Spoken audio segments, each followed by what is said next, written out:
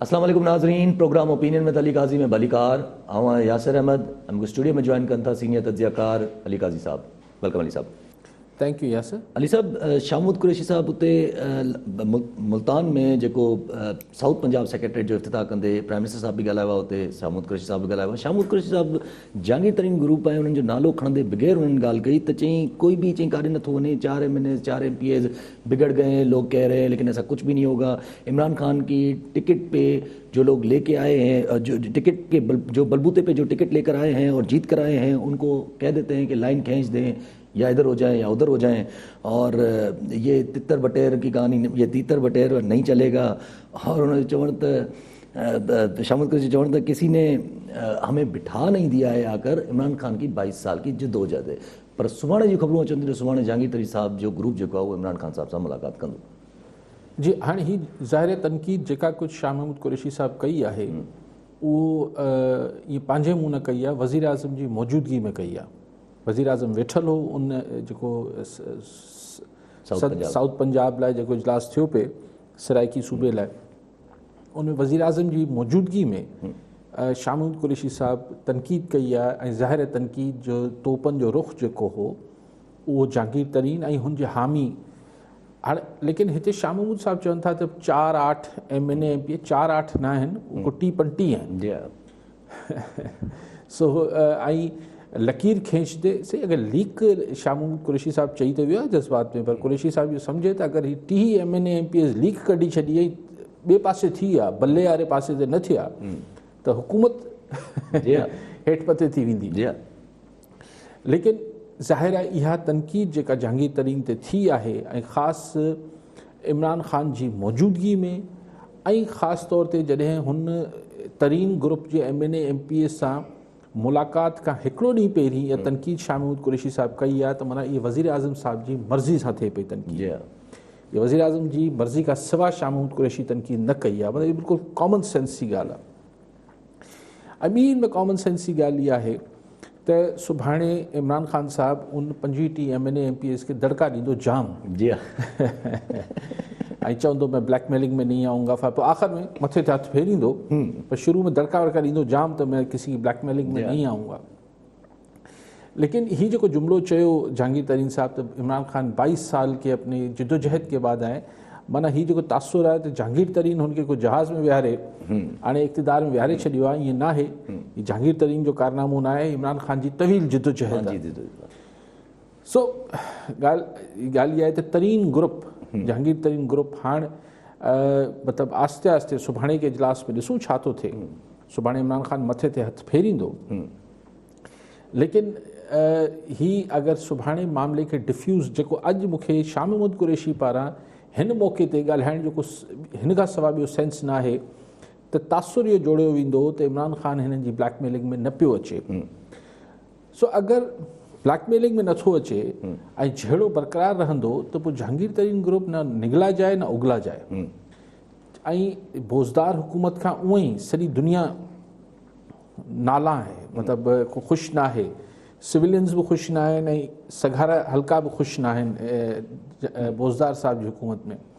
ऐं अॼु इमरान ख़ान साहब वरी हिकिड़ो दफ़ो चयो आहे त न, उस्मान बोज़दार शानदार कारकर्दगी ॾेखारी आहे, शहबाज शरीफ़ खां बहितर कारकर्दगी ॾेखारी आहे, हू रुगो ड्रामो कंदो, बरसातनि में बूट पाए अची वेंदो। ही जावेद बोज़दार जहिड़ो कमु पियो करे त 2.5 सालनि खां पोइ ॾिसबो त जेको आम माण्हू जी, पंजाब जे माण्हू जी ज़िंदगी तमामु बहितर थी वेंदी आहे।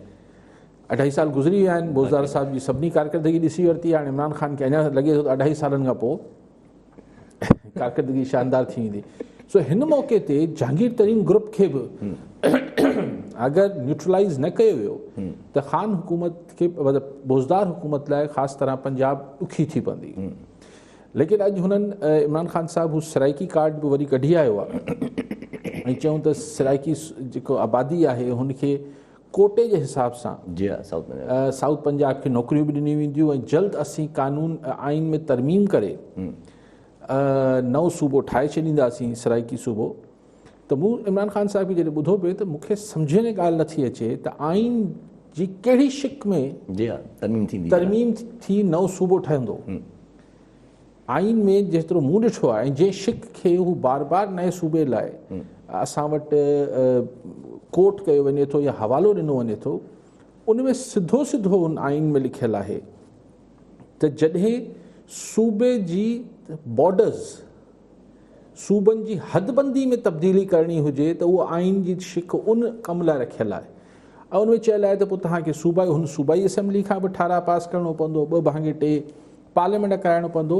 ॿिए लफ़्ज़नि में त अगरि सादकाबाद खे सिंध में आणणो आहे या रेती या उबाड़े खे या कुझु देहियूं या ॿिए सूबे में यूनियन काउंसिल हुते पंजाब वञणियूं आहिनि या पंजाब वारी सिंध में अचणियूं आहिनि, त उन लाइ हू तरमीम थी सघे थी।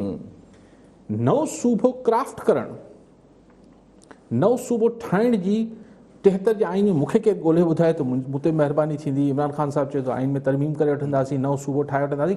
कहिड़ी तरमीम कंदा? जी हा, कहिड़े शिक जे तरफ़ तरमीम कंदा? ठीकु आहे सभु कॉलर सां गॾु अब्दुल रऊफ़ रायमू जाम शुरू मां। जी रायमू साहब, छा सवाल हूंदो? मुंहिंजो काइद साहब खां इहो सुवाल आहे त कोरोना जे हवाले सां काइद साहब सुवाल कंदुसि त सऊदी अरब जे मुफ्ती आज़म कोरोना जे वर चढ़ियल माण्हुनि सां मेल झूल खे हराम करार ॾिनो आहे। इंडिया जी हालति असांखे बख़ूबी ख़बर आहे, हैदराबाद जी हालति जी तव्हांखे बख़ूबी ख़बर आहे। इमरान ख़ान चवे थो त हाणे मास्क। ठीकु आहे रायमू साहब। अञा रामू साहब थली वधी रहियो त लाइन कटिजी, सवाल रहिजी वियो। सवाल रहिजी वियो साईं जो। अॼु सभु माना जी तव्हां ॻाल्हि कई त शामूद कुरैशी साहब प्राइम मिनिस्टर साहब जे साम्हूं वेही ऐं प्राइम मिनिस्टर साहब साम्हूं वेठा हुया। छो प्राइम मिनिस्टर साहब जॾहिं शामूद कुरैशी साहब इहे ॻाल्हियूं कनि पिया त प्राइम मिनिस्टर साहब थोरो मुस्कुराइनि बि पिया। त माना इहा सम्झिजे त मीटिंग खां पहिरियां ई हिकिड़े क़िस्म जो प्राइम मिनिस्टर साहब जो पैगाम आहे जहांगीर तरीन ग्रुप खे। बिल्कुलु क्लियर मैसेज हो त ऐं तव्हां ॾिसो कल्ह के इजलास में जेको हींअर ताईं मीडिया में रिपोर्ट थिए पियो त जहांगीर तरीन हुन मुलाक़ात में शामिल न हूंदो, सिर्फ़ु जहांगीर तरीन ग्रुप शामिल हूंदो। ऐं जेको हीउ चवणु आहे त हिन पासे थियो या हुन पासे थियो, इहो बि त उहो ई आहे न। त अगरि त तव्हां तरीन ग्रुप आहियो त पोइ तव्हां इमरान ग्रुप न आहियो। जी हा, त उहो इहो ई चयो वेंदो त भई हिकिड़े पासे थियो। बाक़ी तशफ़ी ॾिनी वेंदी त ठीकु आहे, न असीं बिल्कुलु कंहिंसां बि नाइंसाफ़ी थियणु न ॾींदासीं, ज़रूरु इंसाफ़ भरियो कमु थींदो, पोइ इंसाफ़ भरियो कमु पियो थींदो। ठीकु आहे साहब। ऐं सर ॿी जेका इमरान ख़ान साहब जेका पाण बि तव्हां हाणे बि डिस्कस कयोसीं, शहबाज़ शरीफ़ जे मथां जेके तोपूं इमरान ख़ान साहब सिधियूं कयूं आहिनि, त इन जी वजह ॿी छा थी सघे? इन जी वजह चलो हिकिड़ी त हू कारकर्दगी जे भेट जे हिसाब सां ॻाल्हाइनि था, ॿी वजह इहा शहबाज़ शरीफ़ साहब ॿाहिरि आया आहिनि, माण्हुनि जो अक्सर चवणु आहे त शायदि पॉपुलर थी उहो ॿाहिरि अचनि, ॿीहर नई इलेक्शन में कुझु वॾो रोल प्ले कनि, उहो बि थी सघे थो रोल डिमिनिश करण लाइ इमरान ख़ान साहब हाणे खां ई शुरू थी विया शहबाज़ शरीफ़ जे ख़िलाफ़। मतिलबु शहबाज़ शरीफ़ छा चइजे, मतिलबु ख़ान साहब आहे, हू चए थो त मुंहिंजी जेका प्रोडक्ट आहे उस्मान बोज़दार, उहा शहबाज़ शरीफ़ खां बहितर प्रोडक्ट आहे। जी हा, जी तव्हां मुनाज़रो करे वठो। हाणे अलाए छा बहस आई आहे। न उस्मान बोज़दार साहब खे ओतिरो तजुर्बो आहे, न हू ओतिरो को हुनखे एक्सपोजर आहे, न एतिरो को हुनजो को डिघो हुकूमती सिलसिलो आहे। मूंखे पक न आहे, पर मुंहिंजो ख़्यालु आहे त उस्मान बोज़दार चीफ मिनिस्टर पंजाब थियण खां कॾहिं एडवाइज़र टू चीफ मिनिस्टर बि न रहियो हूंदो। न थियो। सो सिधो इमरान ख़ान साहब अॼु ॿुधायो त हुनखे दर्द तमामु घणो आहे माण्हुनि जो, ऐं हिन खे ॿाहिरि मुल्क खां न वञिणो आहे। अहिड़ा पंजाब में 6 करोड़ 8 करोड़ आबादी आहे, अहिड़ा ॿिया बि हूंदा जिनखे दर्द हूंदो पंजाब जो। सो उन्हनि खे उस्मान बोज़दार साहब, हाणे ज़िद आहे त हीउ शहबाज़ शरीफ़ खां बहितर आहे। ऐं शहबाज़ शरीफ़ मां वधीक कोफ़्त इमरान ख़ान खे इन करे बि थिए थी त नवाज़ शरीफ़ ऐं मरियम नवाज़ ते ॻाल्हि कनि था सिर्फ़ु डायरेक्ट पब्लिक ओपिनियन जी, और हिकिड़ी प्लेइंग विद द गैलरी जंहिंखे चइबो आहे त भई ताड़ियूं वॼाइणियूं आहिनि, आवाम खे ख़ुशि करिणो आहे, आवाम जे मूड सां हलणो आहे। नवाज़ ऐं मरियम जेके आहिनि उहो त हिकिड़ी अवामी सियासत वारे रंग में रहनि था न, त उनजी इमरान ख़ान खे परवाह हुजे थी, पर घटि हुजे थी। शहबाज़ शरीफ़ तोड़ जोड़ जी सियासत कंदो आहे, ऐं हुन जा इस्लामाबाद ऐं पिंडी ॿिन्ही सां सुठा तालुकात रहिया आहिनि। ऐं शहबाज़ शरीफ़ असांजी मतिलबु सघारनि हल्कनि सां ॿियनि सां हुनजी हिकिड़ी पंहिंजी केमिस्ट्री आहे। त शहबाज़ शरीफ़ मां इमरान ख़ान खे वधीक परेशानी या कोफ़ थिए थी त हीअ अगरि कमु शुरू कंदो त उहो इमरान ख़ान खे जिथां सपोर्ट आहे उहा सपोर्ट न रहंदी। ठीकु आहे अली साहब। कॉलर सां गॾु प्यार अली दल मीरपुर बटोरो मां। जी दल साहब, छा सवाल हूंदो? सर काज़ी साहब खां सवाल कंदासीं। हींअर जेको पाकिस्तान ऐं भारत विच में UAE सालसी वारो किरदारु अदा करे रहियो आहे ॻाल्हियूं करण जे लाइ, इहो पाकिस्तान लाइ केतिरो काराइतो ऐं असरातो साबित थींदो, हिन तरफ़ थोरी वज़ाहत कंदा ॿुधाईंदासीं, महिरबानी। ठीकु आहे।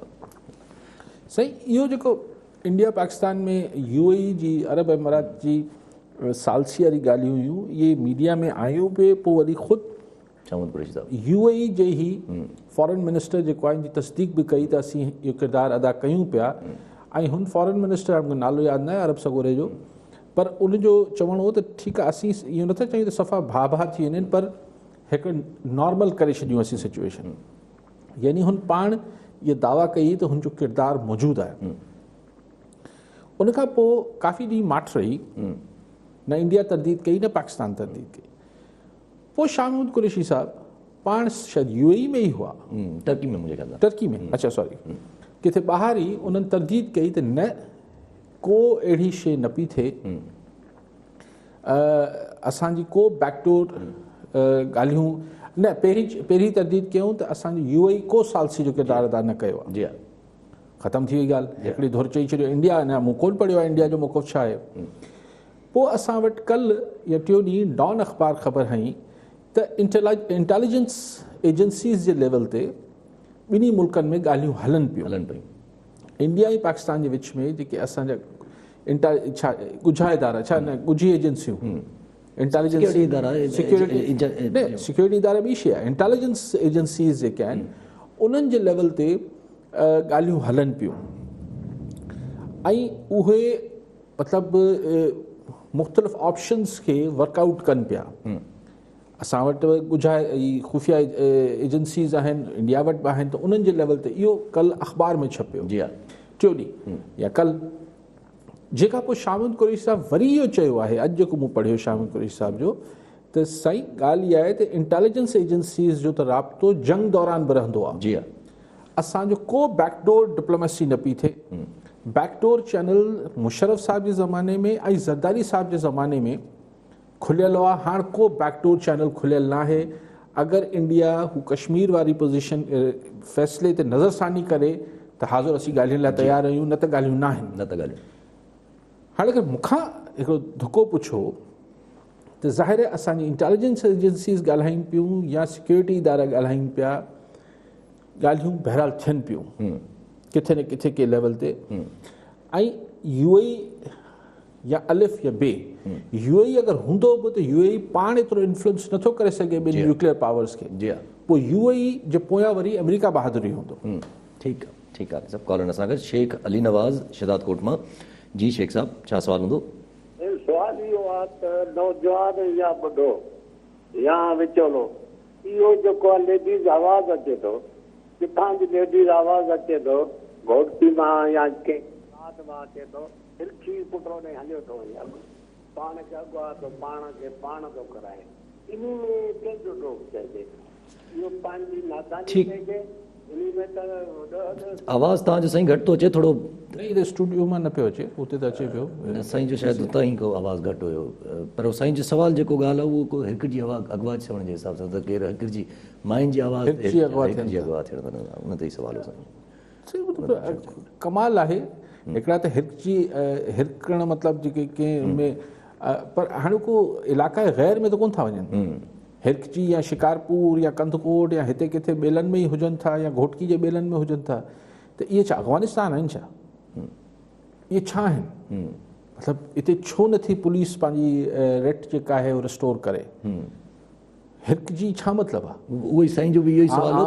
ॻाल्हि इहा आहे त पुलिस छो नथी रेट पंहिंजी बहाल करे, ऐं माण्हुनि खे बि सम्झणु खपे।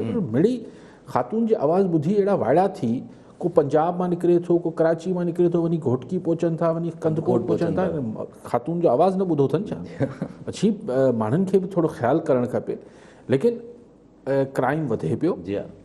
ही टियों ॾींहुं जेको कराची मां अगवा थियल आहिनि ॿ नौजवान, मीरपुर ख़ास जा वसाण ऐं मरी, उहे अॼु ताईं बाज़ियाब न थिया। तशवीशनाक सूरत हाल आहे। इहे अगवाखोरी जा केसिस तमामु वधंदा पिया। ठीकु आहे साहब। अच्छा, अगवाखोरी जा केसिस त न, कोविड जा बि केसिस वधंदा पिया पाण वटि। CM सिंध साहिब जो चवणु त असां जे वफ़ाक़ सरकार न बि करे थी लॉकडाउन, असां लॉकडाउन जी तरफ़ हलिया वेंदासीं।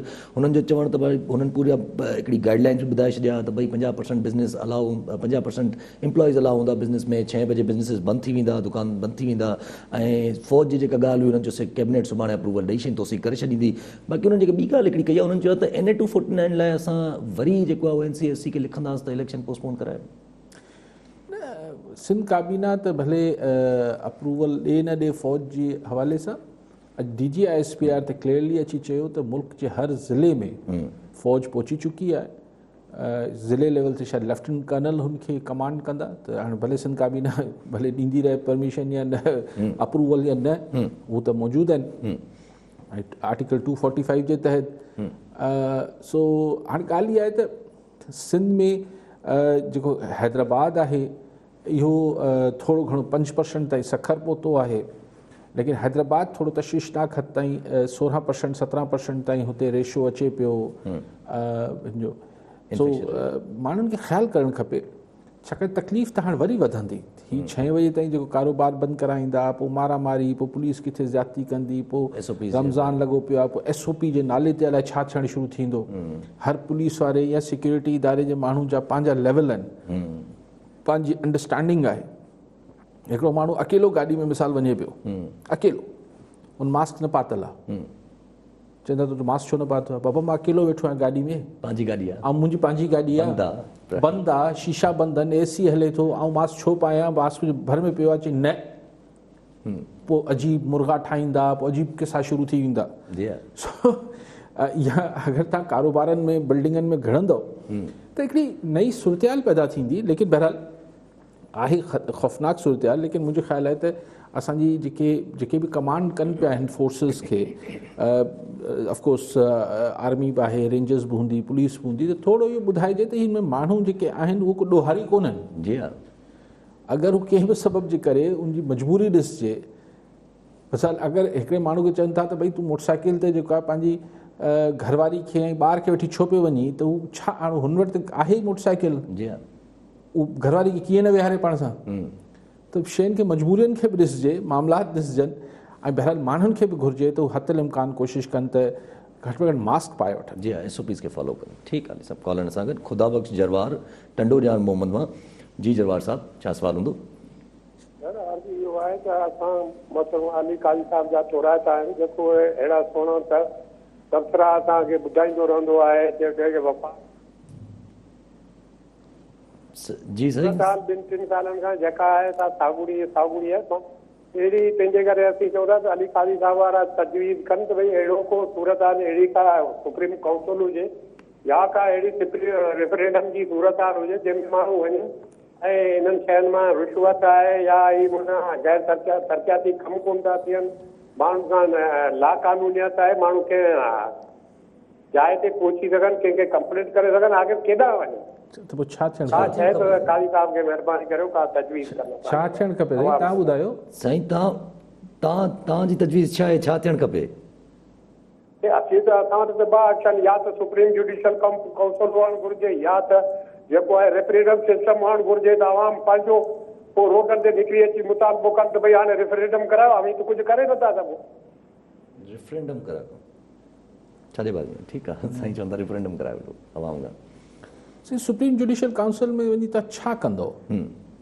सुप्रीम जुडिशियल काउंसिल या जुडिशरी कंहिं बि मुल्क में आइन जे तहत कमु कंदी आहे। जी को ऐं आइन में जेका आहे उहो पार्लियामेंट जेका आहे उहो कानून साज़ी कंदी आहे। पार्लियामेंट वजूद में ईंदी आहे इलेक्शन जे ज़रिए, उहो असां वटि थिए थो। ठीकु, हाणे इलेक्शन थिए थो ऐं पोइ 4 पिलर आहिनि, चयो वञे थो एग्जीक्यूटिव आहे, पार्लियामेंट आहे, जुडिशरी आहे ऐं पोइ BDI आहे। ठीकु आहे, BDI बढ़िया आहे, लेकिन बेसिकली ही 3 इदारा जेके आहिनि इहे तव्हां माण्हू जी ज़िंदगी ते असरअंदाज़ थियनि था।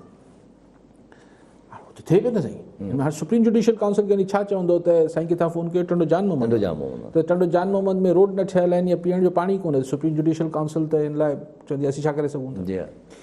साईं ॿियो हल ॿुधाइनि पिया त रेफरेंडम, साईं ज़ियाउल हक़ जो रेफरेंडम ऐं मुशर्रफ जे रेफरेंडम खां पोइ अञा तव्हांखे शौक़ु आहे त रेफरेंडम थिए। ऐं रेफरेंडम में बि छा थींदो, वोट पवंदो। जी हा, वोट हींअर बि धांधली थींदी आहे, जेको हींअर जेको सिस्टम आहे पार्लियामेंट्री फॉर्म ऑफ पॉलिटिक्स जो, हींअर बि धांधली थींदी आहे। रेफरेंडम में त जाम धांधली थींदी आहे, हुनमें त हिकिड़ो ई माण्हू हूंदो आहे, ठपाणी वठो। सो इहे मसइले जा हल न आहिनि। अगरि जरवाद साहिब मूंखां मसइले जो हल पुछो त तव्हां पंहिंजो वोट सही इस्तेमालु कयो। सिंध माण्हू, पाकिस्तान जा माण्हू जेसिताईं वोट पंहिंजो सही इस्तेमालु न कंदा ऐं जेसिताईं वोटनि में धांधली बंदि न थींदी, इलेक्शन फेयर न थींदा। ऐं फेयर मतिलबु त को ॿियो इदारो, मतिलबु कुझु ॿिया धुरियूं बि हुनमें मास स्केल ते मैनिपुलेशन न कनि, ऐं जेको लोकल लेवल ते धांधली थिए थी, जेसिताईं इहे बंदि नथा थियनि ऐं उन सां गॾोगॾु जेसिताईं माण्हू वोट मैरिट ते नथा ॾियनि, कारकर्दगी ते नथा ॾियनि, सिर्फ़ु चव चवा ऐं मोहबतूं ऐं पैसा ऐं हिननि बरादरी ऐं हिननि नालनि ते ॾियनि था, तेसिताईं इहो हलंदो रहंदो। ॿियो को शॉर्टकट आहे कोन साईं, शॉर्टकट आहे कोन। ठीकु आहे, सभु कॉलर सां गॾु ख़ुदा बख़्श नोआणी सेवण मां।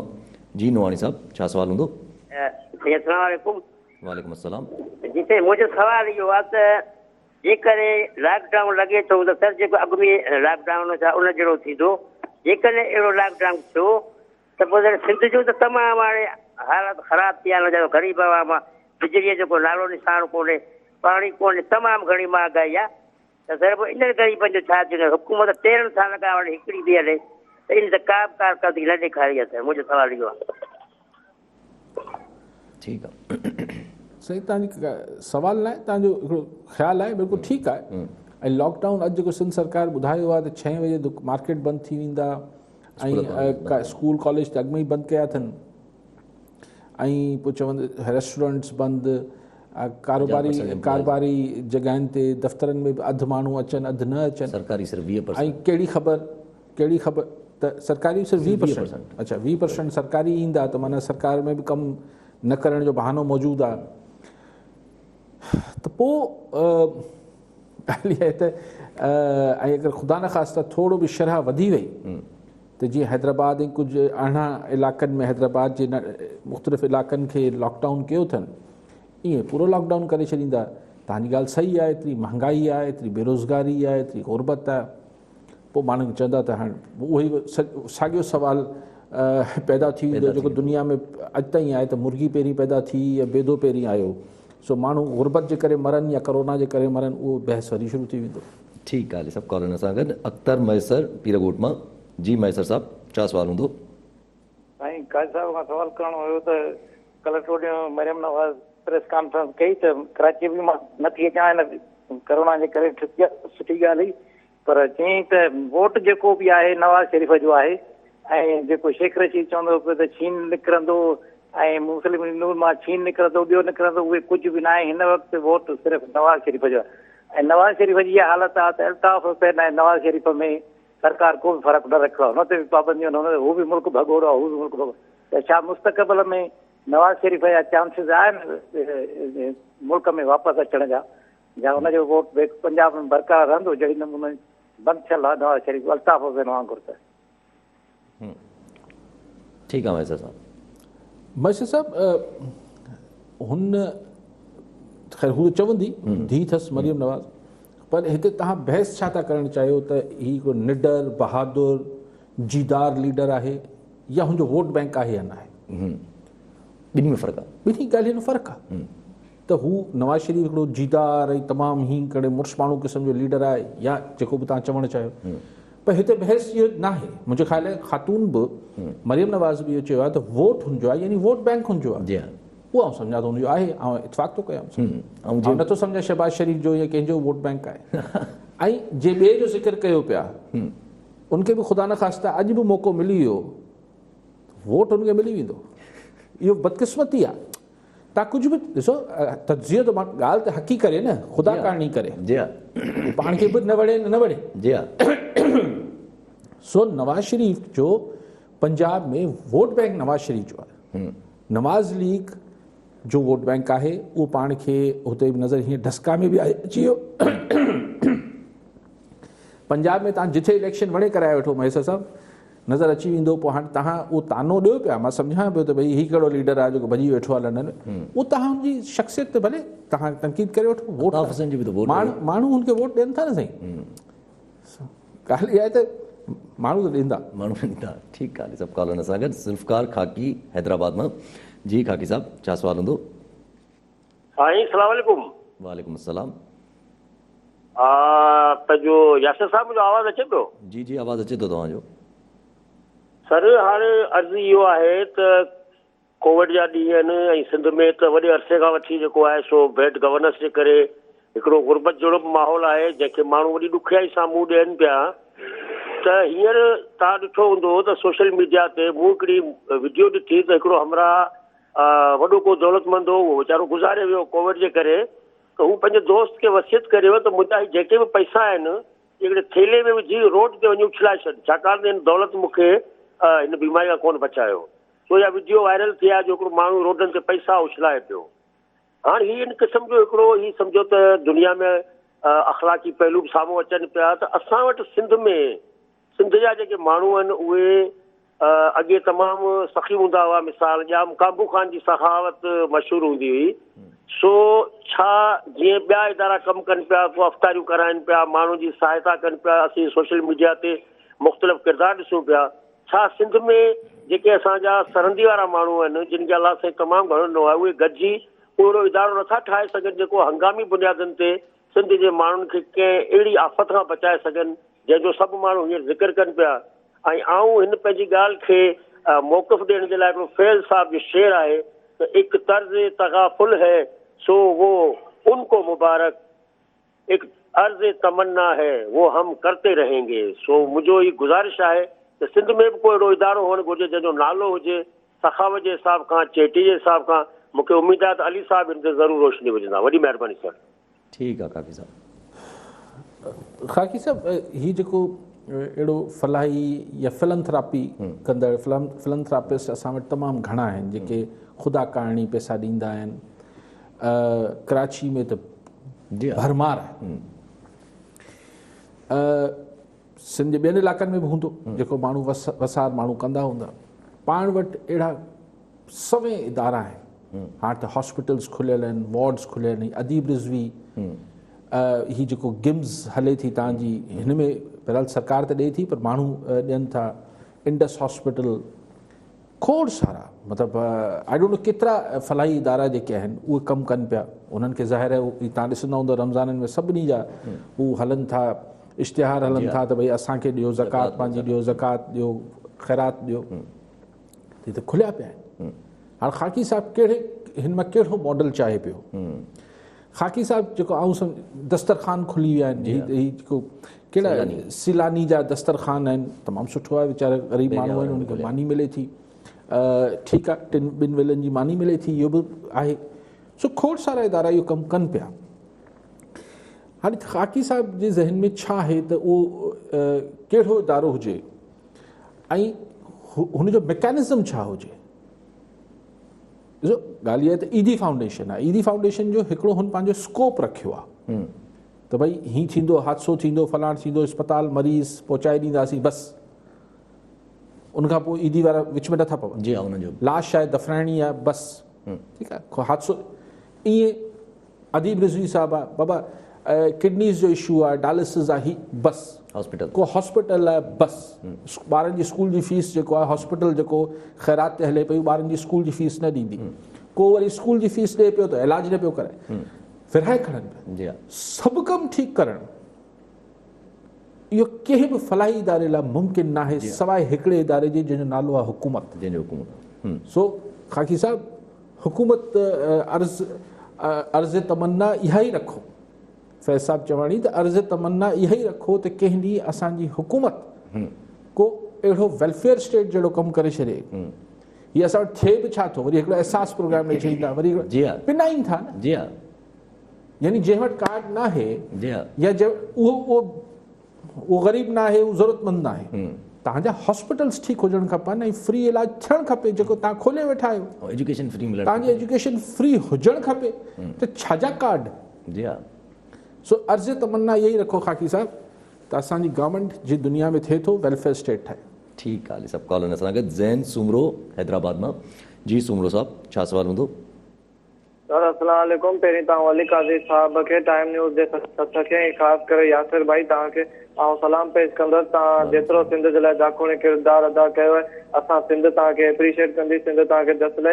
बहरहाल साईं, मुंहिंजो अली काज़ी साहब खां इहो ओपिनियन साईं खां वठिणो हो त इहो जेको सिंध हुकूमत तरफ़ खां इहो जेको अॼु काबीना इजलास जी जेका मंज़ूरी थी आहे, त बहरहाल इहो सुभाणे ॾिठो वेंदो त पाकिस्तानी फ़ौज लाइ छा इहो ईंदी करोना हवाले सां स्ट्रिक्ट SOP ते अमल दरामद वग़ैरह थींदी। त साईं अगरि जेके मिसाली ॻाल्हि जंहिंजी अगरि सोसाइटी में PRCs वग़ैरह जंहिंजी बहितर हूंदी, जंहिंजी रेपुटेशन बहितर हूंदी सर, त मिसाली ॻाल्हि सर अगरि कंहिंखे मुर्गो वग़ैरह ठाहींदी त सर उनजी स्वास्थ्य हिकिड़ो त बहितर सर ख़राबु थींदी। ऐं सर जेको इहो पाकिस्तान वारनि चयो हो त असां इंडिया वारनि खे असां इहो ऑक्सीजन्स वग़ैरह वेंटिलेटर्स असां फराहम कंदासीं। अली काज़ी साहब, तव्हां हिनखे तव्हां पंहिंजे सोच ज़रिए, तव्हां हिनखे पंहिंजे ओपिनियन ज़रिए तव्हां कीअं था ॾिसो? तव्हांजी महिरबानी, तव्हांजा असां लख थोरा चाहियूं। ठीकु आहे साईं, सभिनी खे जस्ट ॾियो, ख़ासि तव्हांखे वरी महिरबानी, दोस्तनि खां फ़ोन था करायो साईं खे तव्हांखे जस्ट हुजे। अच्छा, ॿी ॻाल्हि साईं, ज़रूरी त न आहे त मुर्गो ठाहिजे। आउं त हिकिड़ी ॻाल्हि पे कई, मुंहिंजो ख़्यालु आहे त न, माण्हुनि जी तौहीन न थियणु खपे, की मास्क न पातो आहे त उनजी तौहीन त न थियणु खपे, उनखे मास्क ॾियणु खपे, शर्मिंदो करणु खपे त वरी मास्क पाए वठि करे हीअ वठि असां तव्हांखे ॾियूं था, या ज़रूरी परचेज़ ई कराइनि हुन खां, या ज़रूरी परचेज़ कराइनि अगरि वीचारो अफोर्ड करे सघे थो। सो को आउट ऑफ बॉक्स शयूं सोचनि, ही मुर्गा ठाहिण ऐं थप्पू हणनि, ही मुंहिंजो ख़्यालु आहे त मुनासिबु न थींदो। जेका ॿी ॻाल्हि तव्हां कई त इंडिया खे असांखे हिकिड़ी इंटरनेशनल कम्यूनिटी जो असीं हिकिड़ा मेंबर आहियूं। असांजे पाड़ेसरी मुल्क में हिकिड़ी वॾी कैटास्ट्रफी आहे, हिकिड़ी तबाही आयल आहे, त असांखे चवणु त इहो ई खपे, न हू असांखां घुरनि था, जी हा, न पाण ॾींदासीं। सुमरो साहब, फिकर न कयो तव्हां, आहिनि बि त असां वटि पंहिंजो मसइलो, असां पंहिंजे हुनमें पूरा आहियूं, असीं किथां ॾींदासीं। लेकिन ईअं मुल्कनि में चइबो आहे, ॿियो मुल्क बि मुल्की ॾिसंदो आहे, न हू असांखां घुरंदा, न पाण ॾींदासीं, पाण वटि पंहिंजी पूरत करे वठूं त कोई गंज थींदो। जी हा, ठीकु आहे अली साहब। जस्टिस काज़ी फ़ाइज़ी साहब वारो केस जेको सुप्रीम कोर्ट में हले पियो, नज़रसानी एप्लीकेशन ते दाख़िल थियल हुयूं, त नज़रसानी एप्लीकेशन अॼु सभु जी सभु जेके आहिनि उहे एक्सेप्ट थी वियूं 6-4 जजमेंट जे हिसाब सां। 6 जजिस जेको आहे उहो जस्टिस फेवर कयो आहे ऐं 4 जजिस हुनजे अगेंस्ट आहिनि, जंहिंमें उहो जेका पोइ जेका हुनजी 19 जून जी 2020 जी जेका जजमेंट हुई, जंहिंमें FBI खे चयो वियो त तव्हां हिन ते तहक़ीक़ात कंदो, हुनखे क्वाश कयो। सो इहो वॾी अचीवमेंट आहे, आई थिंक के छाकाणि त हिन में जेके 6 जजिस जिन्हनि फेवर कयो आहे, हिन में 3 जजिस उहे आहिनि जिन्हनि अॻु में पाण ई चयो हो त हा FBR खे हिन जी घरवारी ऐं ॿारनि जी असासनि जी जांच जी इजाज़त हुजणु खपे। मुंहिंजो ख़्यालु आहे त जुडिशरी में हिकिड़ो ॿियो ख़्यालु बि वियो हूंदो त मतिलबु जस्टिस ईसा फ़ाइज़ पहिरियों त थी सघे थो, पर ज़रूरी न आहे आख़िरी हूंदो। हिन खां पोइ इहो अगरि रिवायत पइजी वई, सो ईसा फ़ाइज़ अॼु जेका बि हुन स्ट्रगल कई, जेतिरो बि हुन पाण वकील थी बि बीह रहियो ऐं चए पियो त मूंखे, ऐं हुनजी घरवारी जे बोल्ड तरीक़े सां सॼी ॻाल्हि खे मुंहुं ॾिनो, कमेंट्स आया पंहिंजे, जेतिरो थ्रेट हो, जेतिरो प्रेशर हो, आई थिंक के अॼु हिकिड़ो सुठो ॾींहुं जुडिशरी जे हवाले सां थियो आहे। ऐं ईसा फ़ाइज़ बहरहाल हिकिड़ो नओं अॼु हिकिड़ो किरदारु थी जुडिशल हिस्ट्री में हाणे हिकु नए किरदारु तौरु आयो आहे। ऐं जस्टिस साहब हाणे 1.5 साल खां पोइ चीफ जस्टिस थियणा आहिनि, 1.5 साल खां, जी हा, 2023 में, ख़ुदा ख़ैर पियो करे। ठीकु आहे अली साहब। ऐं सभु अगरि इंटरनेशनली अगरि ॻाल्हि कजे त अॼु बि हिकिड़ी ख़बर पड़ी, 2 ॾींहं पहिरियां बि ख़बर पड़ी त US जा जेके हिकिड़े जनरल आहिनि उन्हनि जो चवणु त माना हाणे सॉरी तव्हांजी ॻाल्हि कटियां पियो, पर माना इहो थियो त हाणे ईसा फ़ाइज़ साहब ते को केस न आहे। जी हा, हाणे हू नॉर्मल पंहिंजे जज वारा ड्यूटियूं कंदा ऐं हाणे उहो प्रोसेस को इन्वेस्टिगेशन न आहे, कुझु न आहे। So he has a clean chit now. जी हा, क्लीन चिट मिली वई आहे। ठीकु आहे अली साहब। जीअं 2 टे ॾींहं पहिरियां बि पाण ॻाल्हि कईसि त जेको रिपोर्ट्स अचनि पियूं त अमेरिका जेको आहे उहो पुल आउट करण में तकड़ी न करे, हीअं न थिए, पोइ वरी बाइडन अनाउंस करे छॾियो, वरी पोइ 2 टे ॾींहं पहिरियां वरी ख़बर आई त US जे हिकिड़े जनरल उन्हनि जो चवणु त असां ट्रस्ट नथा करे सघूं तालिबान ते एतिरो जल्दी। वरी अॼु बि हिकिड़े US जनरल जी स्टेटमेंट आई आहे त जेका रीग्रुपिंग ऑफ मिलिटेंट्स थींदी आहे उनजे US आर्मी जे पुल आउट करण खां पोइ, उहा पाकिस्तान जे लाइ, ख़ासि करके पाकिस्तान जे लाइ सभ खां वॾो थ्रेट हूंदी। बहर उहो असांखे एतिरी ॻणती असां त ज़ाहिर न पिया कयूं, अमेरिका खे अलाए छो ॻणती आहे। ऐं रीग्रुपिंग जेका आहे उहो ॾिसो हुते जेको ज़ाहिरी तरह परसेप्शन आहे त 2 ग्रुप्स आहिनि, मतिलबु मेजर 2 ग्रुप न पर 2 हल्का आहिनि अफ़गानिस्तान में। हिकिड़ा जेके तालिबान आहिनि, अफ़गान तालिबान, उन्हनि जी पाकिस्तान सां हिकिड़ी पुराणी हिकिड़ी कमिटमेंट, अटैचमेंट, जेको बि चऊं, अंडरस्टैंडिंग रही आहे। ॿियो ग्रुप आहे जंहिंमें नॉर्दर्न अलायंस आहे, जंहिंमें अब्दुल्ला वारा, या अशरफ गनी वारा, करज़ई वारा, ही सॼो एलिमेंट आहे जेको प्रो इंडिया आहे। तालिबान प्रो पाकिस्तान हिकिड़ो स्लांट रखनि था, कंसिडर कयो वञे त स्लांट पाकिस्तान ॾे आहे। हुननि सभिनी जो स्लांट जेको आहे, झुकाव जेको आहे, उहो इंडिया ॾे आहे। पर इहा बि हक़ीक़त आहे त अक्सरियत हुते अफ़गान तालिबान वारनि जी आहे।